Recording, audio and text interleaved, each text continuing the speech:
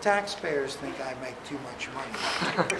But they don't have to put up with it all they mention. Like if you worked at Westinghouse or some other nice company, you would have no. You have a nice office, business card, big chairs, window. You'd have all that. But anyways. You have like 5 windows, Mr. Wallace. What's that? Oh, I'd be looking over the city, though. I'd be looking over the river instead of an empty courtyard with Mr. Vigo's dead pond. Right? That's what I look for.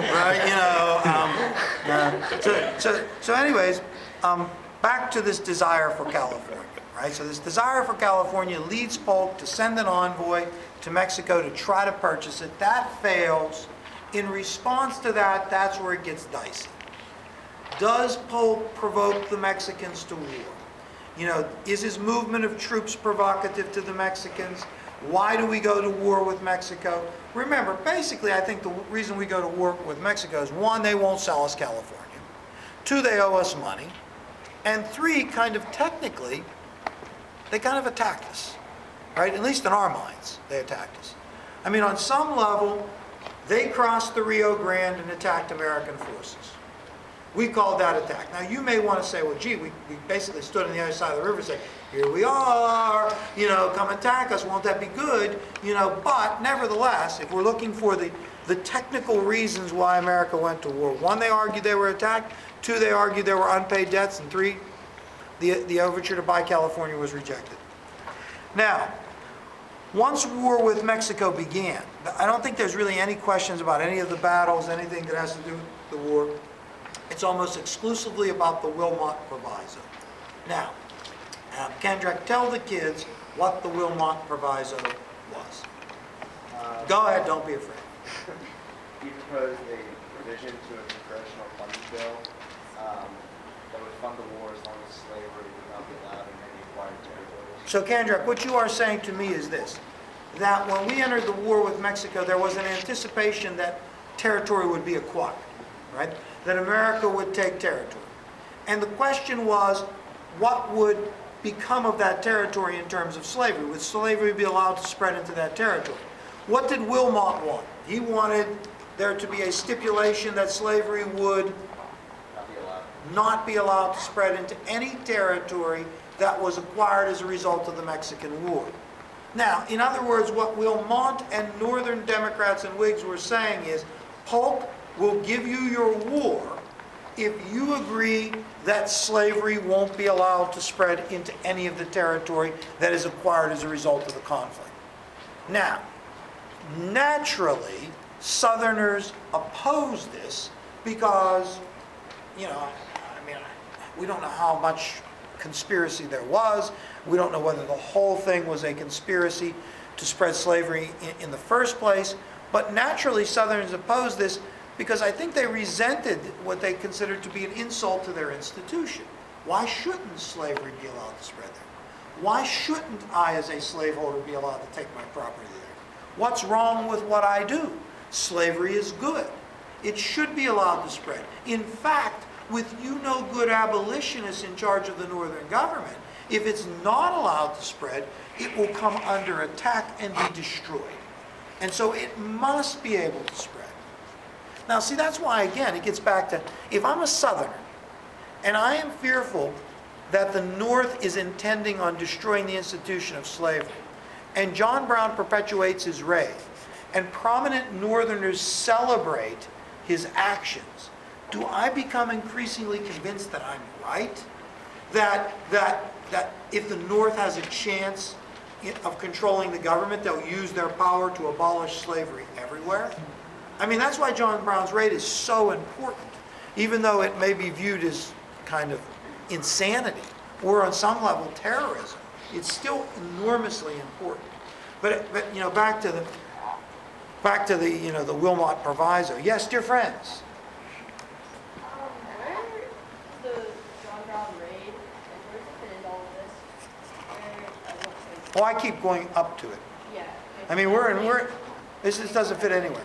But it fits. But John Brown raids in '59, and we're talking right now 46. But we are talking about the opinions of Northern and Southerners of what they think, and how this begins to emerge. Southerners saying, look, we want to spread slavery because we're not embarrassed of it, and we need to protect it, slavery, from a northern majority that is dominated by abolitionists. And I just said, well, you know, if you thought that way in 46, in 59, when John Brown did what he did, it confirmed that you were right all along. That's how it fits. There's no chronology to it. Yes? Now, I was gonna say, would slavery be that successful and that far out in the No. West? I mean, the question that she asked, Kelly, as you're paying careful attention, and Kelly Koo, the two Kellys, I had to get their attention because Jason seems to be distracting again. She's not talking about that summer program again, is he? Yeah, I mean, who could think of a better time to discuss that than right when you were having an AP history review session? I mean, maybe we should tell the people. Lori Johnson, please report to the office. Lori Johnson to the office. So anyways, you know, she asked a question about, you know, the natural geographic boundaries of slavery. That's something that a lot of people raised. A lot of people that wanted to silence the issue of slavery said, listen, you know, what are we fighting about? I mean, there's a natural geographic boundary to slavery. Slavery is only going to go where it can geographically take hold, where there can be plantation-type crops grown. Other places, people aren't going to bring their slaves. Don't fight about it. That may have made a whole lot of sense, but not to zealots on either side, right, who believed that the geographic boundaries would not hold, you know. But I mean, a lot of people talked about that. A lot of people talked. But anyways, so the Wilmot Proviso. The problem with the Wilmot Proviso, if there was a problem, is that it passed the U.S. House of Representatives numerous times, failed in the Senate.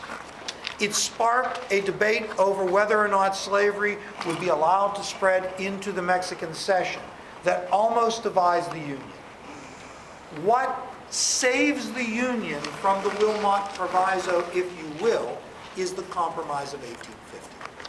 The Wilmot Proviso generates a controversy that is not really resolved until the Compromise of 1850. That is the compromise that sort of establishes the parameters of slavery in the Mexican cession. And it also addresses what become known as all the outstanding issues that separate the North and the South in terms of slavery and its extension. Now, in terms of the Mexican cession, the two things in the Compromise of 1850 to remember is California is a free state, and New Mexico and Utah would determine slavery on the basis of popular sovereignty. Now, there are questions on the test about popular sovereignty. And Brooke, popular sovereignty was just simply this idea that, look, should slavery be allowed to spread into a territory, or should it be prohibited? Let the people who go there decide. Let the people who go there decide for themselves. And popular sovereignty was a convenient way of evading the issue of the spread of slavery. With popular sovereignty, you wouldn't say, well, you can't or you can. You would let the people who went there decide for themselves. It seemed to be consistent with the American tradition. Now, remember that some of the principal advocates of popular sovereignty were Stephen A. Douglas and Lewis Cass, right? Who were principal advocates of popular sovereignty. And Kendrick, Douglas and Cass are going to be important. Douglas is going to be important as the sort of catalyst for eventually, you know, resolving the issue of popular sovereignty. Cass is significant because he's the Democratic nominee for the presidency in 48. Now, it's interesting, and there are questions on the test about this. Wilmot Proviso, big controversy, eventually resolved by the Compromise of 1850. In between the Wilmot Proviso and the Compromise of 1850 is the election of 48, in which we argue that both the Democrats and the Whigs are able to circumvent the issue of the extension of slavery in different ways, right? I mean, so you have this extraordinarily contentious issue. Can slavery spread into the territories?